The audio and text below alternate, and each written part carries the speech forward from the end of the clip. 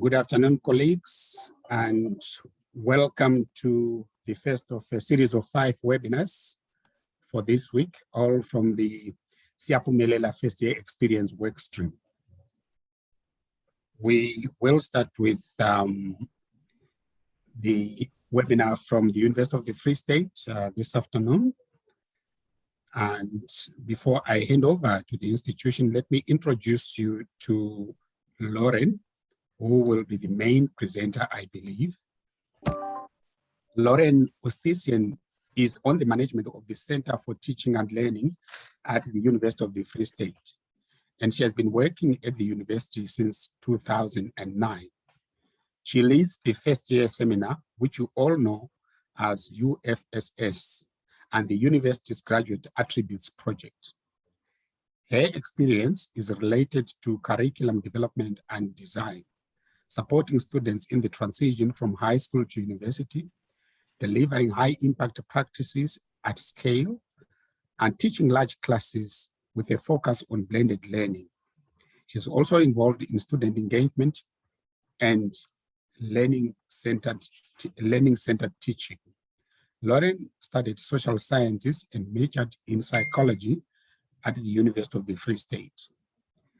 A presentation this afternoon will be on helping our students transition into university and preparing them for a changing workforce, moving the first year experience to include a focus on employability, an aspect that is increasingly gaining importance in higher education internationally. Without wasting much time, let me hand over the platform to Lauren. Thank you. Thank you so much, Ephraim. Good afternoon, colleagues. I hope that you are all doing well. Perhaps just a few house rules quickly before I start with the presentation. I trust you've received a flyer for our webinars, lunchtime webinars this week. So for all of the webinars, please, if you've not yet registered, you can still do so until 11 a.m. on the day of the webinar. Thereafter, the registration closes, which allows us to also just change the platform to a meeting. And that's why you can put on your mics and your cameras and so on when we have a chance for engagement a little bit later. If someone has not yet and would like to participate, you can always send them your registration link. It does mean, though, that they're going to come in with your name. You will see a number of Lauren Ostesians in the okay. So if that happens, those of you who have come in with my registration link or someone else's, what you can do is to just hover over your name, go to participant list, hover over your name. It'll then give you the option for more.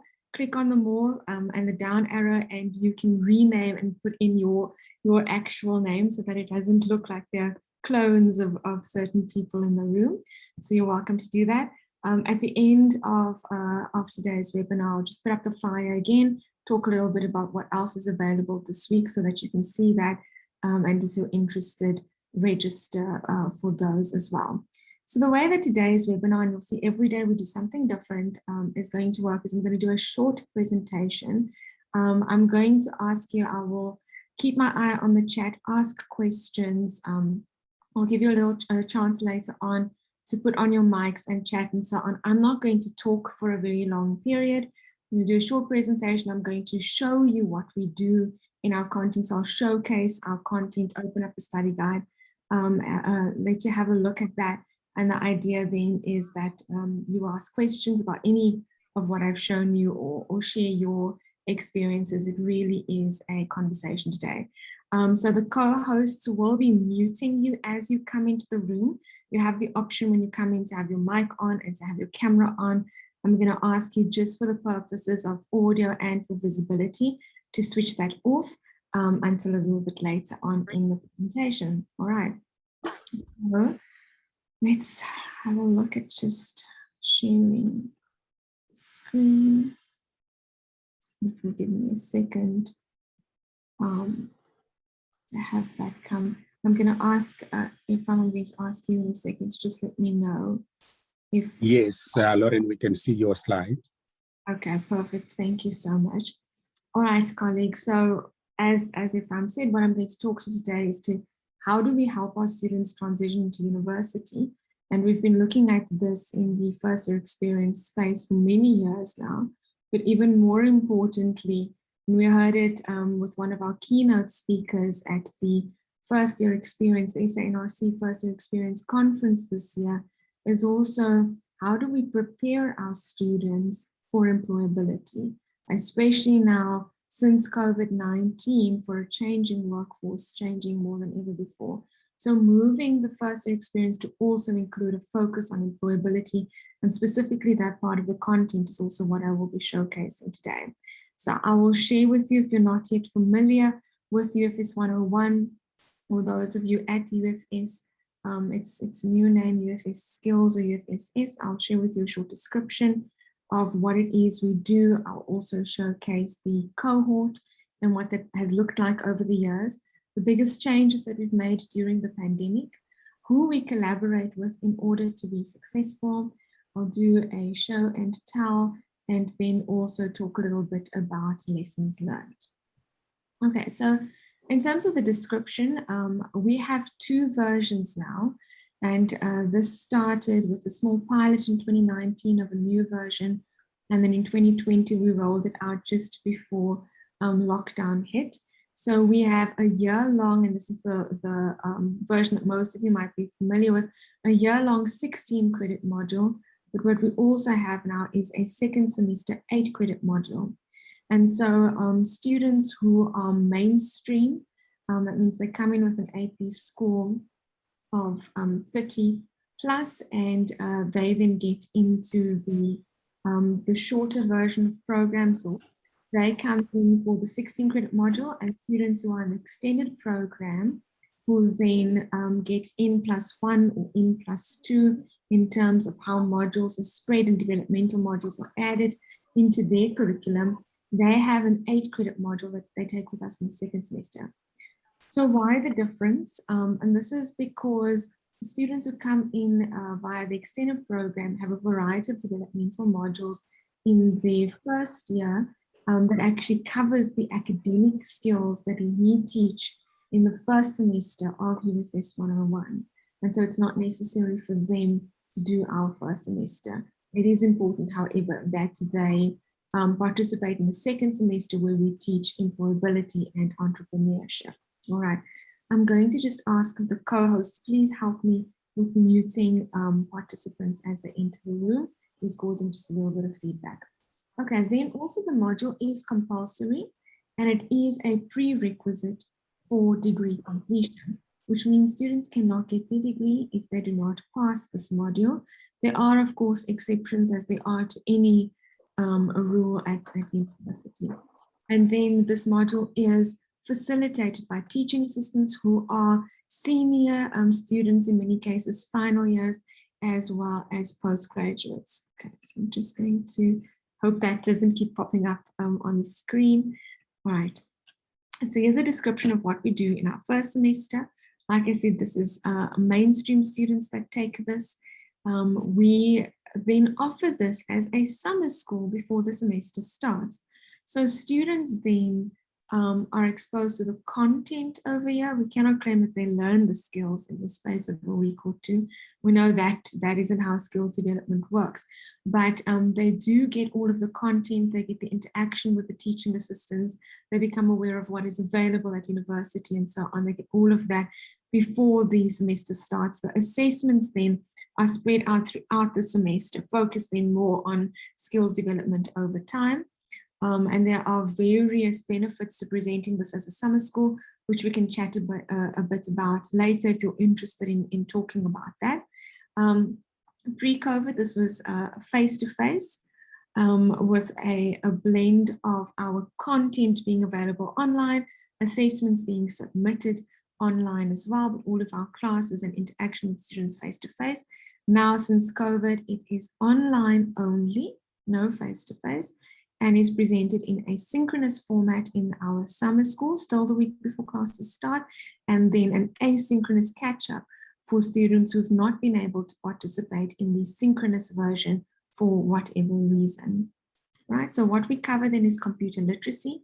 time management and goal setting, study skills, referencing plagiarism and searching for academic resources, financial literacy, which is a big one and is fairly new in our content, and then leadership identity and communication skills at university. Communication skills being then especially important now with remote learning or students learning from home, and then growth mindset and reframing of thoughts, working there with Carol Dweck's work. So this is the content that we cover. You can see this is academic skills. The focus here is on transitioning students from high school to university, teaching them the skills that they need, equipping them with the skills that they need to be successful in their academics at university. In the second semester, our focus then shifts to employability and entrepreneurship, right? This is for mainstream and extended program students. Like I said earlier, extended program students get the academic skills through the developmental modules in the extended program, but they do join us in the second semester for the employability focus. This year, for the first time, was presented as a winter school. In previous years, it was always spread throughout the semester, but great success with our winter school. I look forward to presenting the data of that at various conferences next year, and hopefully writing up about that as well. So we had a winter school then before the semester started in the students' recess this year. Pre-COVID, all of this content was delivered face-to-face, and as with our first semester, online only. There's no face-to-face interaction with our students this year or last year. Last year, we of course only had face-to-face in our summer school, which was just before a lockdown. So they have a synchronous winter school, and then for those who cannot join for whatever reason, an asynchronous catch-up that is available to them throughout the semester. So what we do here is we do a bit of a recap, also for those students who've not been with us in the first semester, on strategies for success. We talk about how did the first semester go, what would you do differently, what plans do you have in place. We do things like a SWOT analysis, and so on, and then just revisit various support services available on campus and off campus for students as well. We then move into how does an entrepreneurial mindset boost my employability? And then how do I position myself in a digital age workforce? How do I build my future? And how do UFS graduate attributes enhance my employability? Now, all of this content is written for students to make the most of their undergraduate experience, be aware of what is available at the university, and be intentional about their skills and graduate attribute development during their undergraduate years. So this is not for one day when I've graduated and I'm going into the workforce. This is what can I do now to be intentional about my undergraduate experience, to be really intentional about the skills that I develop, how I look for work, what can I put on my CV now already as a student, so that I don't have to wait for later or only start thinking in my final year about what's next, and then start sending out CVs that often look like they've been faxed from the 90s. So we look at what can we do now, what can we do next year and the year thereafter to speak to all of these questions. And I'll showcase, I'll go through all of that content in a minute. So this is what our enrollment has looked like. In 2011, we piloted with 200 students, moved then in 2012 to 2,000 students when this became a compulsory module. In 2013, you can see a big jump over there to just over 4,000. 2014, the same 5,000 students each year, quite big jumps. In 2018, we had a little bit of over enrollments of just over 9,000 students, but we have stabilized now at about 8,500 students for the last 3 years. So we are also delivering a high impact practice, which you know is what a first year seminar and first year experiences are, the high impact practice. We're delivering a high impact practice at scale. So this is compulsory for all of our first years and a prerequisite for degree completion for all of our first years. The biggest changes that we've made during the pandemic was firstly the mode of delivery, which I believe has been the case for many first-year experiences and first-year seminars, and we moved from blended to online only. And remember when I say blended there, our content was online, our assessments were online, our communication with students via Blackboard, which is our learning management system, and email with face-to-face contact in class. And the majority of our engagement then really focused on in-class engagement. And I'll talk a little bit more to that in the lessons learned a little bit later, moving then to online only. Another big change was the working and learning from home. Working from home meaning that in the majority of this 18-month period, the team that works on this content has been working from home, and our teaching assistants that facilitate the content have been scattered across the country working from home, and then our students scattered across the country because the majority of our students do not live in Bloemfontein, learning from home. And I know that's definitely a discussion point also. Then reworking our content to be low-tech. So what the University of the Free State did at the beginning of lockdown last year, so the lockdown actually coincided with our recess, which was helpful, was to send out a survey to students to understand their data and device needs and issues. And we saw that we really have to rework our content to be low-tech. And we did not have a study guide. Instead, we had learning modules on Blackboard with all of the content. Then you need to open Blackboard and work through the content like that. We then had 3 weeks to put together a study guide and take all of the videos and so on that were embedded into Blackboard, rewrite all of our content so that if students were sitting and reading through it, it's as if we were sitting next to them talking through it. So we had to rewrite all of the content in a conversational way as opposed to bullet points, which is what it was before because we had someone talking to it in class. Reworked everything to be low-tech, reformatted our videos, created little audios, podcasts, and so on for students. So, I mean, even through all of this, I think there are big discussion points. And we managed to get all of our first semester content down into a low-tech guide of under 150 megabytes. That is including if students went through every single video and audio MP3 that we had for them. If they didn't go through that, and we tried to write it so that if they couldn't go through our videos or podcasts, they'd still be okay. Wouldn't be the best learning experience, but we tried to design it so that it would not disadvantage students. Then that was the 10 megabyte version. Students could also just send this around to each other via WhatsApp if for some reason they could not access Blackboard. We also tried to put everything together to be mobile friendly so that they could work through all of this content on their cell phones. The compulsory nature of attendance, many of you who are familiar with UFS 101 know that over the years we've had students, and I mean we've done presentations about this, looking at Colby's 70% rule. We've had students required to attend 70% of the classes in order to pass, with room for, of course, valid excuses, and they'd send that through to us, and then they would get the attendance if there was a sick letter or a class clash or a test clash or something like that involved. The point is there was a 70% attendance requirement, and with the move to online learning and understanding that many of our students, especially during the first few months of last year until we were in a position to help, they did not have access to data, connectivity, or areas with connectivity or devices. We did have to take away the compulsory nature of attendance.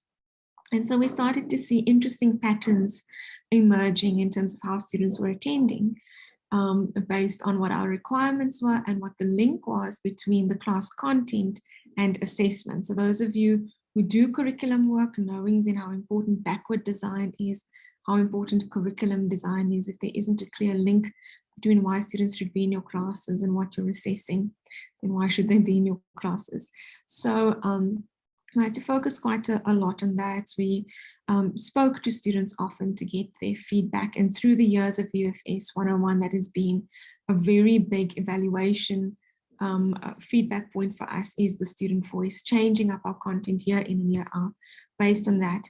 But what we saw now was, and those of you who've been in previous presentations, you will have heard us speaking about the perceptions of UFS 101 because of the compulsory nature of attendance. And it was interesting to see that when that was lifted, how the perception of students changed also towards the module. We moved then this year to still having our attendance weigh something, but actually being part of the assessment formula. And so weighing 20% of the mark. So very interesting, and we'll definitely do a paper on this as well to see what that did for attendance. Then flexible assessment submissions, both in format as well as timelines.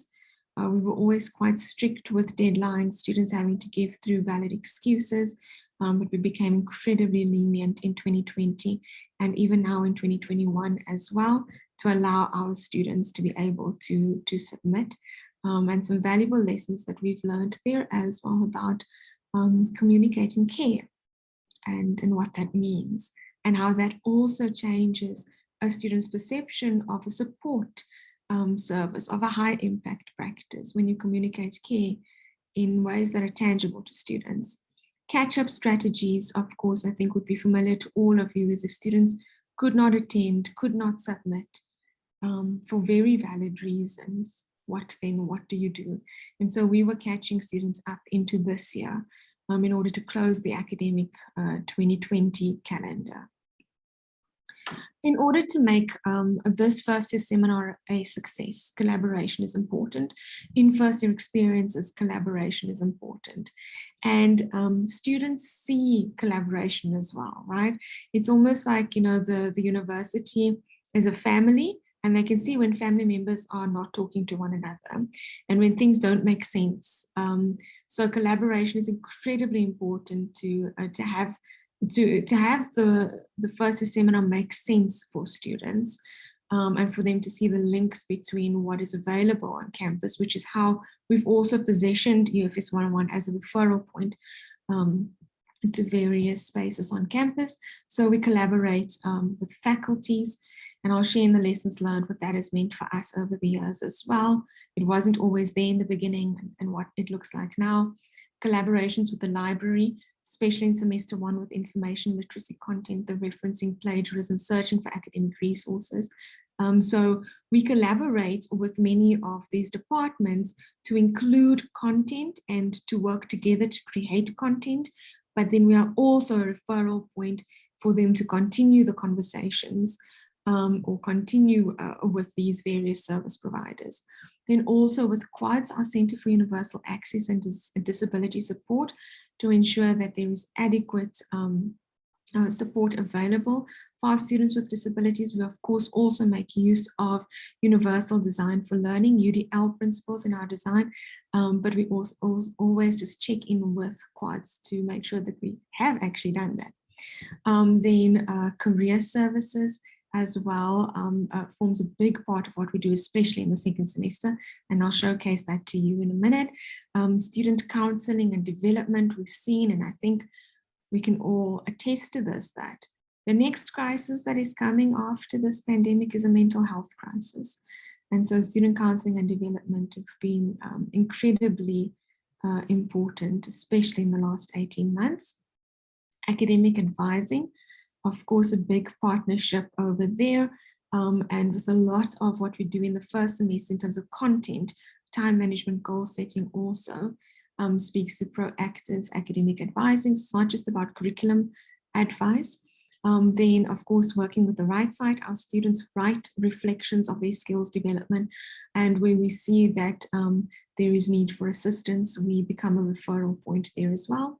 Also working closely with the skills portal, all of the financial literacy content comes from working with the skills portal and the finance office. We put that content together as a team. And then I've mentioned some external presenters here, but there are a number, like the director of SAGIA, the South African Graduates Employment Association, the head of corporate social investment at Investec. These are speakers that we invite for webinars. We've got a webinar next week for all of our students about employability and entrepreneurship, and they'll be invited to share their specific to how we anticipate the world of work changing as a result of the pandemic and what that means for students to prepare for a changing workforce. Okay, so now I'm going to move on to the show and tell. And with that, and colleagues, you're welcome to please chat in the chat box if you've got any questions for me. When I'm done with the show and tell, I'll move on to lesson plan, and then I'm going to stop talking and open the floor. But if while you see something, you've got questions, please pop it up in the chat box. Okay. So what I want to show you is our second semester content. Just want to check, you can type for me, please. Is this clear on your screen? Let me know if it's too small. I'm just going to, thank you so much, Melanie. All right, just gonna kind of briefly work through this. If you want me to stop at any point, let me know. But you can see what we've got over here. This is the second semester content. It's the strategies for success. How does this entrepreneurial mindset boost my employability? How do I position myself in a digital age workforce? How do I build my future? And how do UFS graduate attributes enhance my employability? Colleagues, I'm so sorry that every time someone comes into the room, it pops up on the screen. I don't know how to move it. Why? So despite 18 months of us, COVID being this catalyst for us moving to all being more technologically advanced, I don't know how to move that little blurb at the top. So I'm so sorry. Okay, let me make this a little bit bigger. Let's make it a single page. Okay. Doesn't it pop up on your screens? Thank you for that, Wilganiti. That is very helpful. I was so scared that I was irritating everyone with that. So thank you. Okay, so throughout this, what we've got is this kind of thing, helpful tips on how to approach self-study, because this guide has been put together in a self-study format. What we've gone for here is whether students attend our classes in a synchronous fashion, and so they actually interact with us in our online synchronous classes, or they can't, and so they watch the videos. It's not video recordings of the classes, by the way. We record videos specifically for each one of these units because we've just seen that that is more fruitful. Students then also don't need to watch kind of a static recording where there's strange pop-ups and they feel like it's a recording. We have created an asynchronous experience instead. This is a choice that we've made to be intentional about that. It's not to say that recordings are not effective, but our classes in our summer school and winter school are quite long, and we tend to combine classes together. So in the summer school, we had 12 hours worth of classes across 3 days. In the winter school, 10 hours across 3 days or 2.5 days. So for students to watch these long 2 to 3 hour recordings just wasn't going to work. So that's the reason for that. So the study guide is written as if you've not been in class. And if you have, that's great. Then you've got us kind of talking you through everything as well. Okay. So just going to kind of, let's do this. So we have, okay. This is going to work a little bit better. Show you what it is that we do with our students. So we talk a little bit, even though this is second semester, remember we've got extended program students joining us. So we talk a little bit about how to do what they need to, how to reach all of the content that they need to, typical things that you see in a study guide, your icons and so on. And then we've got the Global Protect app, which is a VPN connection that allows students to access all of our content on Blackboard for free. If they use the Global Protect app, then all of our videos, podcasts, all of this content they can access for free. Okay, we talk a little bit about the UFS support network. If they open up this document, then all of the support services with contact details is available for students. So that's the preamble to our units. Another thing that we've done, it's a small thing, but just to make all of this clickable. So students want to revisit something, they don't need to scroll through the whole guide, they just click on the place that they want to go to. At the beginning of each unit, we've then got a little bit of an overview, and then we've got unit outcomes. We have overarching module outcomes. I'm going to mention some things that those for you who are busy with a module or some kind of curricular intervention will be helpful for you as well. These outcomes here are more objectives, really. It's the tasks that students need to do to get to the overarching module outcomes. What we then have at the beginning of each unit is a flow chart like this that shows them what the various outcomes are and what the links are to the sections in the guide to get to that specific outcome, with the understanding then that each outcome is assessed. If you understand your outcomes, you know where to find the information, then you'll be just fine in the assessments. So we start off with a SWOT analysis. The students have a look at what has happened in the first semester, and we go through various steps over there for how to do that. So those are very much our strategies for success. I'm not going to spend too much time on this. I'm going to very quickly move through strategies for success because the focus is on how are you successful at university. What I do want to show you is our employment work. Before we can even get to employment, students need to know how to get through varsity. We've got a refresher then on growth mindset over there. We talk about adaptability and online learning and why it is important for students to be able to learn online, though it might not be their preference. We do a poll in our synchronous classes actually to find out what the preferences are. Very interesting to see that we thought more students would prefer face-to-face. The majority of students actually want a blended approach. So we talk a little bit then about what do you need to be productive? How do you communicate your needs to your lecturer, to your family, to the university? How do you manage the workspace that you have? How do you track your goals? How do you adjust them if you need to? We even have little videos here that shows them how to do those formulas in Excel to adjust to calculate the totals, calculate the percentages. Surprising how many students don't know how to do this, so we just have some how-tos over there.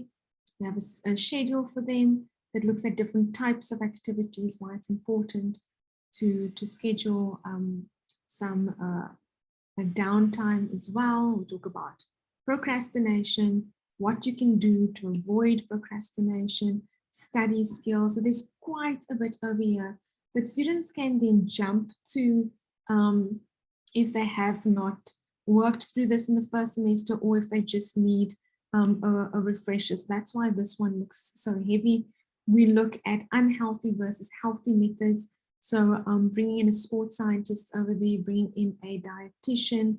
We've got academic advising, some of you might recognize Gugu, and then also bringing in student counseling and development for wellness. And you can see even with that, we've got various ways that we've approached that through videos, podcasts, and written interview as well. At the end of each unit, we have students just do a little reflection where they think back on what they've learned, and we've got a little takeaway. Okay, so we've worked through that very quickly, I know. What we are doing with each of these webinars this week is to also just make resources available to you. So this recording will be available on Sadie's website, but in addition to that, what we're also making available is if anyone is interested in learning more about what we're doing with our first seminar at the university, you're welcome to contact me. I'll pop up my details again at the end, and we can have a benchmarking conversation. Okay, so now we move into how does an entrepreneurial mindset boost your employability?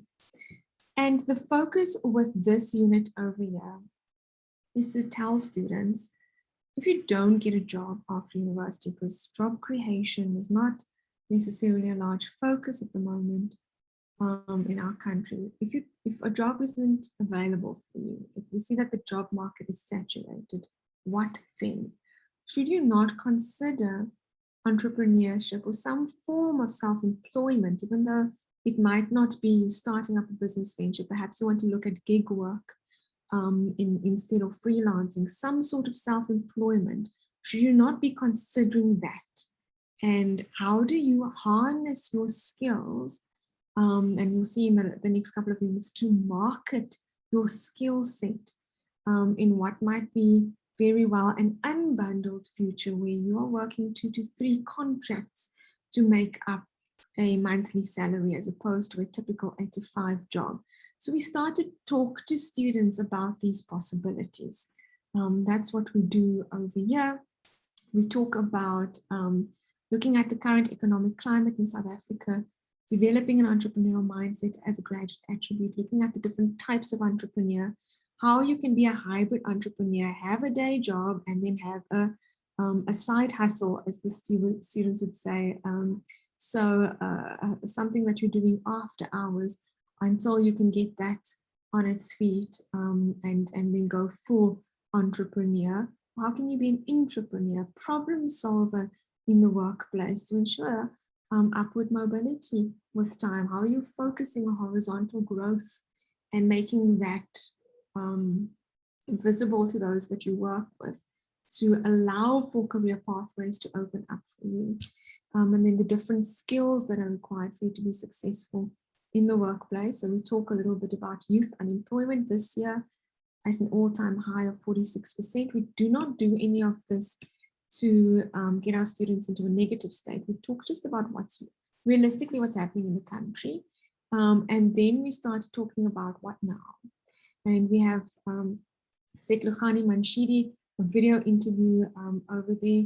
We have our vice rector also talking about entrepreneurship being as essential to reducing crippling poverty and unemployment as it is to boosting the economy. So we make these resources available to our students. We have a fairly new project at the university, the Graduate Attributes Project. It's an institutional project, aligns with our strategic plan, our integrated transformation plans, various policy documents. And so we bring in these attributes over here, starting it off in the first year already. And there you can see us talking about the different types of entrepreneurs. So I'm going to skip ahead to the next unit. You've got the gist of what it is we do in this one. The next one is about how do I position myself in a digital age workforce. And here we are looking at digital skills. And while we don't have the time in this specific unit to really focus on teaching students all of the digital skills, we talk to them about where this is available and where they can upskill themselves through LinkedIn Learning, for example, which our university now has a license for all of our students. We talk about the fourth industrial revolution. Career Services has helped us quite a bit over here with articulating what a CV is, what LinkedIn is, what that platform can provide to students in terms of networking and job hunting, and how to create a LinkedIn footprint. And we also talk about digital footprints and personal branding. Okay. For the sake of time, I'm going to just quickly show you maybe with the CV bit. We have a bad CV example over here, and we talk a little bit in a breakout room about why is this bad and what is preferable. And we have students then working on their CVs, and we refer them to the career services at the university to continue that good work. We make additional resources available for our students as well. As you can see, appendices at the end of each guide there. The next one then is on how do I build my future. I'm just going to make that a little bit bigger for Marida and anyone else who might need it. And here the focus is on career psychology. So we have students defining a career. How does university prepare you for the current and future world of work? We bring in quite a bit of theory in terms of career choice and development. And we really struggled with this unit last year in teaching this in an online environment, and we got it right this year in the winter school format. to teach all of this content to our students. So we talk about the value of a university degree already, what that allows for you, what that will mean for you in terms of employment probability, as well as salary. We talk about the benefits that a university degree has in South Africa. And our focus here really is on don't chop and change your degree. We're not saying to students, and we're so careful through this unit as well, because they might really be inspired to want to go and do something else. Our focus here is on the value of a university degree, no matter what it is that you're studying, the sophistication that comes with the university degree, the various skills that you walk away with, how you can study psychology as I have and work in higher education. And my whole team is made up of people that have studied languages, law, criminology, and yet they're working in higher education. So we really focus on that.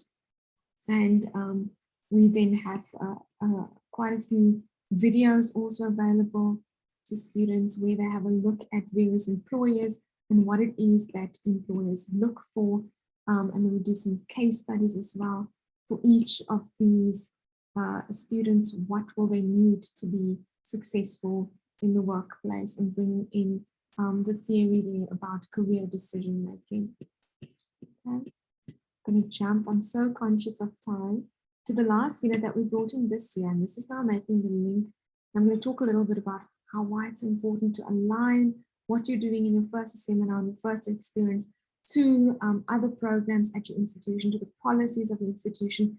DUT is going to talk later this week also about how they've aligned their data with the strategic plan of the university, why that has the impact that it has. So here, aligning what we're doing in our first seminar to our graduate attributes project, and bringing this into our winter school this year. So here we're looking at the different UFS graduate attributes. We spent quite a bit of time explaining the definitions of those and how students can acquire them, not just through their academic experience, but also through participating in co-curricular projects that are run at the university, participating in LinkedIn learning to enterprise their degree and really just kind of broaden their skill sets. We look at putting together an e-portfolio to market your skill set, and in conjunction with our graduate attributes project, we've got an e-portfolio design pathway available at the university. You can see what the attributes are over there. And so we talk to what each of these is, where students can develop them, how they can develop them, even through earning while they learn, getting a job at the university, or even volunteering with career services, for example. So we make all of that available to students, and they end up then with a graduate attribute development plan. Graduate attributes then being the skills and competencies that employers are looking for in people who have a degree. So being very intentional about developing that across the course of their undergraduate experience. Colleagues, I do want to end off then with our lessons learned. And the first one that trumps everything else and has to be woven into everything that you do is to communicate care in all that you do, whether you are working with students, teaching assistants, or fellow staff. If there is anything that this pandemic has taught us, is to put people first. And if you put your people first and you focus on building relationships, establishing rapport, and communicating care, then the projects will fall into place because it's people that drive them. Your most important commodity at an institution is your human resources. Systems are made up of people. We tend to talk about systems. Systems are made up of people. And so communicate care in all that you do. If there's nothing else that you take away from this webinar, I really want to urge that that is what we take away. The pandemic is also forefronted how important relationships and people are. And so blended learning being the next one. And I said I would speak to this. So before the pandemic, we always thought, oh, our students don't read. They don't read our announcements. They don't read the emails we send to them. But what we've seen now is that now that everything is either blended or online, suddenly we nudge students and they respond. Suddenly they're reading. which makes our key takeaway here that the environment that students engage in outside of your project or your seminar is so important, because if you're the only one doing things a certain way, and that's not, students' experience elsewhere, then you can't expect them to engage with what you do the way they're expected to engage elsewhere. And that is why those collaborations become so important. Faculty support to positively affect student perception. Students don't do skills as optional.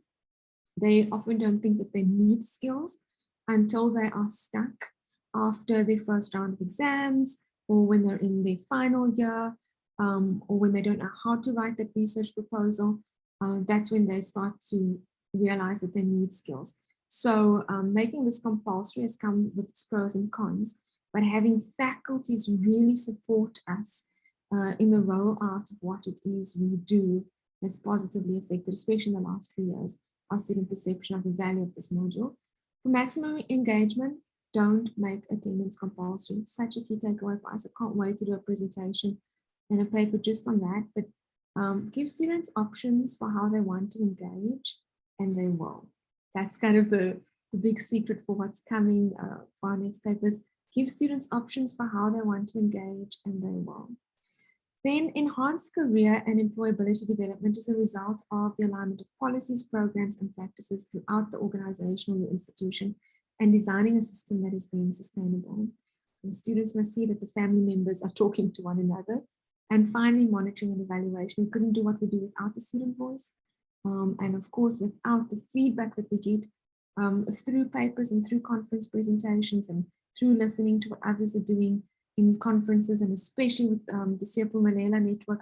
I've learned so much through the work that we're doing in this network, and just through conversations with colleagues. Monitoring and evaluation is also a critical success factor. So colleagues, that is the end of my slideshow.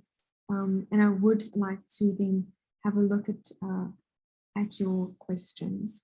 Okay, so I see Celine asking, is there a senior student experience program or something at the end of the undergraduate studies that ties in with the focus on the first year experience? Yes, Celine, there is. And now I'm just trying to get to, okay. If someone puts up their hand, I'm just letting my co-host know. I can't see it at this point. Let me just see if I can do this. I'll try to help you with that, Lauren. Thank you so much, Ephraim. I found the participant list. All right. So within the Center for Teaching and Learning, which is where this first year experience, first year seminar is housed, okay, we have a senior student experience focus area. So my focus area is called Transition, Development and Success. Main projects run out of this focus area is the first year seminar and then the graduate attributes work. So with the graduate attributes work, we have an e-portfolio module that is coming up at the end of students' final year, where they take stock of what they've learned across a capstone, where they take stock of what they've learned across the undergraduate experience, and we help them to articulate that through a website and LinkedIn profile, a CV, etc. So there's the capstone. Throughout, there are then experiences that we've built, various high impact practices, various services that are available to students as well. And we are currently now working on our skills portal that will make the senior student experience much more visible to students. But within this focus, the senior student experience focus area, we're running a number of initiatives such as Secure the Grad, webinars that are run for students and so on. And that's why I was talking earlier about that alignment. So we constantly are referring to what's happening in the various spaces. It's important that we all talk to each other and know, so that we can refer students to the various experiences, but then also not duplicate, but reinforce what is happening in other spaces. So the majority of the high impact practices at the institution are housed within the Center for Teaching and Learning, and that obviously does help with that alignment as well. So I hope then, Selena, now very quickly, but I hope that that has answered your question. Thank you very much, Melanie, for putting up my contact details over there as well. You're welcome. If you'd like more detail on something, you're welcome to ask. but we do still have 10 minutes for any questions that you have, colleagues. So you can put your hand up and put your mic up as well. Sue, thank you very much, Sue. I appreciate the comment. Who develops the content for the modules, and then the credits of this program is standalone? Okay, I'll start with the second question. So for the year-long version of this is 16 credits. For the semester-long version, it's 8 credits. It is in addition to the curriculum. In other words, it's outside of the curriculum.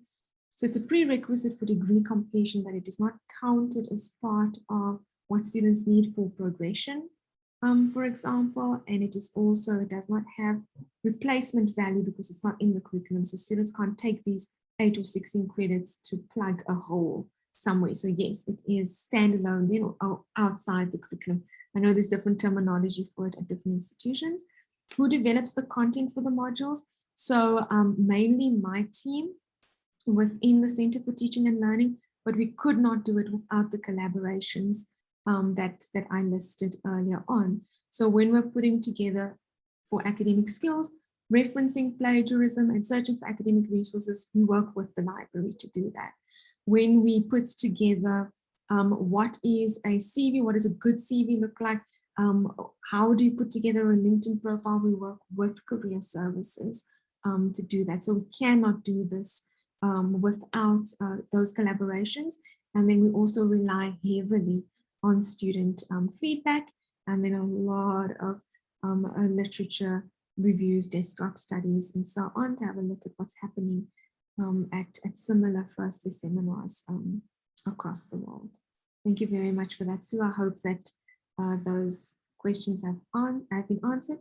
Last question is the tension with working across units and centers. Of course. Sue, I would be lying if I said no. And with some, none at all. So I see Belinda's in the room. I hope she's not going to mind me using her as an example. Belinda's at the career services. So with some of our collaborators or stakeholders, the tension would be making sure that we are forefronting that they are the ones that are offering that service, which is incredibly important. We cannot take credit for work that we've not written or work that we don't do. We become the introduction to certain services on campus. But I do think that what we do help with is we have a very large footprint. So we've got this massive platform of 8,500 students then being exposed to what a certain service on campus offers. Right? I keep saying on campus, I mean, I'm still talking pre-COVID language at the university offers. And so then that definitely helps with the collaboration over there because we're helping each other out. And I think sometimes the tensions has to do with who's doing the work, how much of the work is being done, who gets the credit, that kind of thing. And that becomes individual conversations with each one of the services that we work with. What we have definitely seen as a reflection now on how COVID has changed working relationships across the last 18 months is that there's been a big move towards collaboration at the institution and moving away from working in silos. One of the examples I can give you is a teaching and learning management group that has been put together that meets on a weekly basis last year. This year we moved towards meeting every second week, made up of almost every stakeholder at the institution to talk about our students' needs and how we are addressing those. The Student Representative Council is included in that as well. And I think that was a big move for our institution. And then there are other pop-ups that have started. The First Experience Committee is a fairly new committee that started this year that then brings in what we do with the first seminar, as well as academic advising, student affairs, and so on. So various groups coming together because we have the same students, the same unit of analysis, those of you who are the researchers in the room. So how do we provide the best service for those, our students? Thank you very much for that question, Sue. Other questions, colleagues? And Sue, again, I hope that I'm answering you. I don't want to assume that I am. Yes, no, thank you, Lauren. Sue. We still have 6 minutes, colleagues, and we know when you're online, you can do so much in 6 minutes. So are there any other questions? Belinda, you can let me know if you mind if I used you as an example or not. But I'd be glad to take another question or two. There is still a bit of time. I think while I am waiting, thank you, Belinda. What I'm going to just, let me see what I want to just share. I am still screen sharing. Okay, great. Is colleagues, just what is available later on this week. If you've not yet registered, please do. If you don't have this flyer and you would like it, let us know. Put your name in the chat box and your email address, please, and we will send it to you. At the end of the week, we will also circulate to all of those who have attended. We will circulate an evaluation. You'll have the option then to choose the webinars that you've attended. To just please give us feedback. We'd be very interested. The feedback informs the work that we're doing in this work stream. So tomorrow we've got UWC talking about who are the students that participate in the first year mentorship program. You just click on the link to register. Please do so by 11 o'clock tomorrow so that you can enter. If you've got colleagues who haven't done so but want to attend, just share your link with them and we'll sort that out in the webinar. DUT on Wednesday, talking to using Busi data. VETS on Thursday, sharing their digital skills course and onboarding students this year in an online only way. UCT talking about their journey of making data informed decisions on Friday, all of these from 1 to 2. So please do join us. I hope that you enjoyed the time with us today. I hope that it was helpful. If it wasn't helpful, let us know in the evaluation. We are open to critique. I am open to critique. That's how we learn. That's how we grow. So please do let us know. If none of this worked, if you don't like the format of the webinar, let us know so that we can continue this work or not. Okay, so Celine, thank you very much. Really appreciate the comment. Thank you. Thank you very much, Nazrin, as well. Thank you, Betsy. Hi, Lauren. Hi, who am I speaking to? It's Ancilla, Lauren. I'm just wondering why you're seeing Celine in place of my name. It might be that Celine registered on behalf of you, maybe. On behalf of me. Okay. Okay, that solves the mystery. Thank you so much.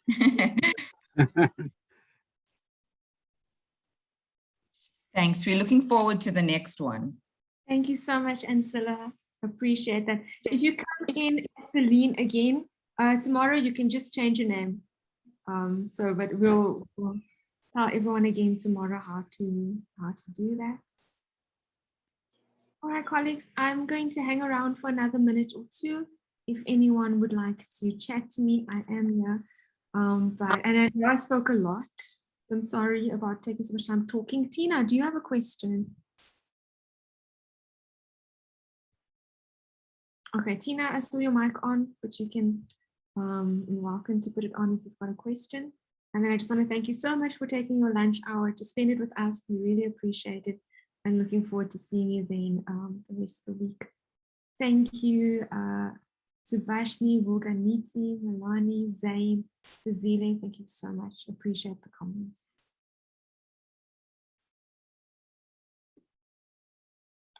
Goodbye, Sue. See you tomorrow. Sue is going to be presenting tomorrow. So if you've got the time, please do come. It's going to be a very good talk on first year English. Yeah, I was taking register, Lauren. So all those that are here today will have to be there tomorrow.